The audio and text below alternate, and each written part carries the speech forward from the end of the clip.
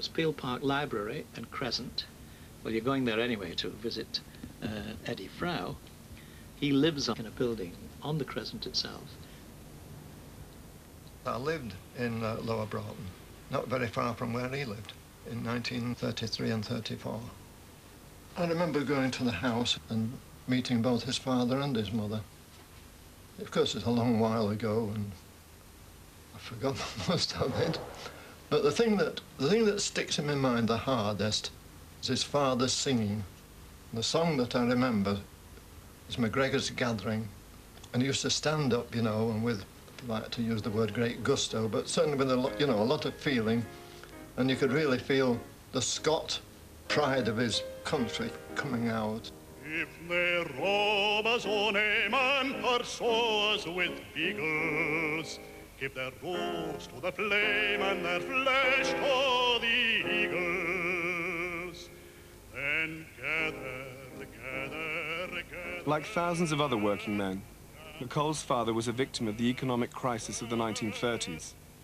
A prominent union organizer, his chances of finding work diminished as foundry after foundry put him on their blacklist. MacColl never forgot the experience. See, his father was one of that group of what you might call self-educated working men who had had very little schooling and who had a thirst for knowledge. And his father was a moulder and a skilled craftsman, proud of his craftsmanship and his skill, but also an omnivorous reader and a searcher for knowledge and with a political outlook in life. So reading was the great thing. And of course the unemployed had the time, and they went into the libraries and they read and discussed and argued.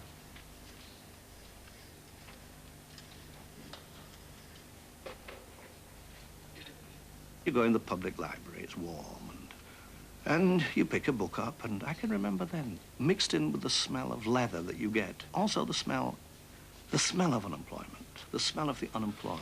So that there are certain writers that if I pick up, say, a Dostoevsky today, particularly if it's the very earliest one I read, The House of the Dead, immediately, and with the first page, comes that smell, the smell of poverty in 1931, you know.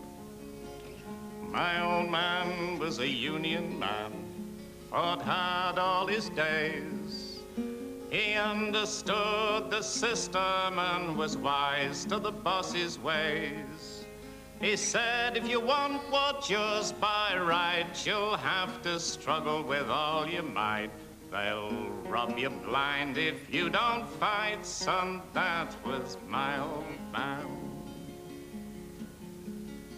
My old man was a proud old man, at home on the foundry floor, until the day they paid him off and showed him to the door.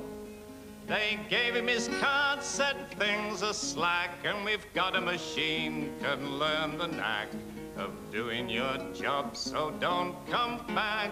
The end of my old man. My old man, he was 51. What was he to do? A craftsman moulder on the dole in 1932. He felt he'd given what he could give, so he did what thousands of others did. Abandoned hope and the will to live, they killed him, my old man.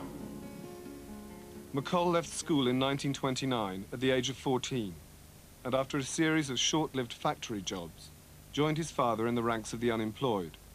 He marched with the National Unemployed Workers' Movement and became a member of the Young Communist League. If you look at the 30s, the world seemed a very black and white place. It was us or it was them, and that was a correct analysis. It was us or them. It's not merely a cliched analysis. That's what it was like. And any young person growing up must have felt that. That was what developed Ewan, and he never deviated from that. And as the situation changed, he didn't. This was still his position. Those of us who were involved, as I became later professionally involved in politics, had to take up a more complex position. he adhered to that us and them, and which was absolutely bone and sinew in him, was an us and a them situation. One of MacColl's first opportunities to engage actively in the socialist struggle came not in the city, but in the surrounding countryside. The proximity of the Peak District, with its fresh air and open spaces, had led to a cult of rambling among Salford's workers. However, class conflicts existed even in the hills. Large areas of the peaks were privately owned and off limits to ramblers. Freedom of access became a political issue. In 1932, MacColl was appointed publicity officer on a campaign for a mass trespass. The huge turnout surprised even the organizers. When the ramblers tried to climb the mountain Kinder Scout, they found their way blocked by gamekeepers. A running battle ensued, the police arrived, and arrests were made. In 1970, MacColl returned to the scene with a BBC camera crew and 3 of the men who had been arrested for their part in the fighting. Approaching Kinder Scout, they were met by Horace Oldham, one of the gamekeepers who had tried to stop them 40 years earlier. I mean, look who it is. Ah, there you are. Long time no see. Sure. See Rothman? That's correct. Aye. Ah. How are you? Nosbaum? Nesbit.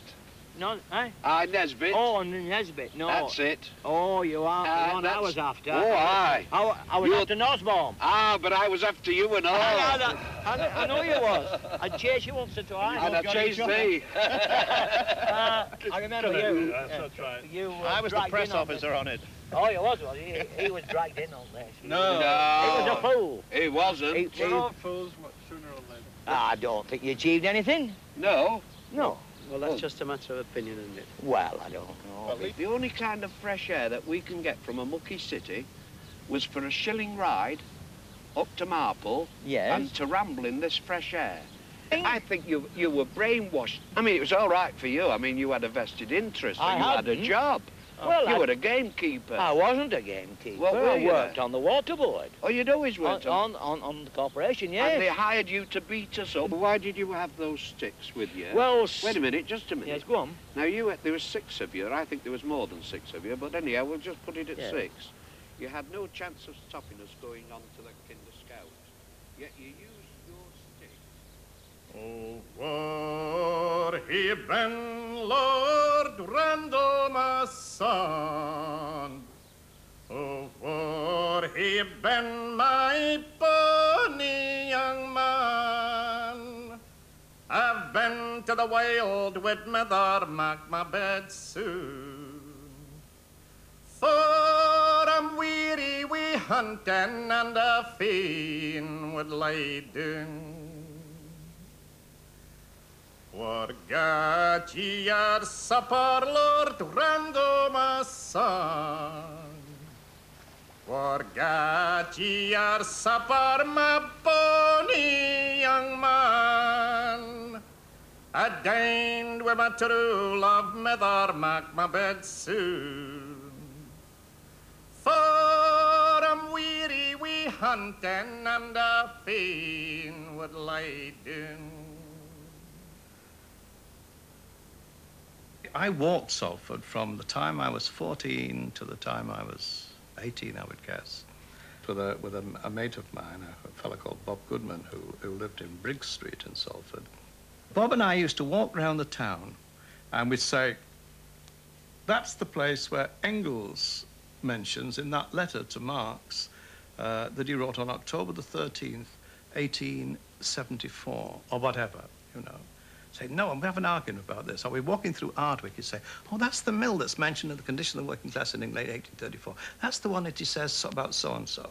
So, in a way, not only was Salford and Manchester ours, in the sense that we knew its history, and we knew its working class history in particular, but also Engels was ours. He was a buddy, he was a mate. We loved old Friedrich, you know, because he walked the same streets that we'd walked. He'd looked on the same factories and the same mills that we were looking at.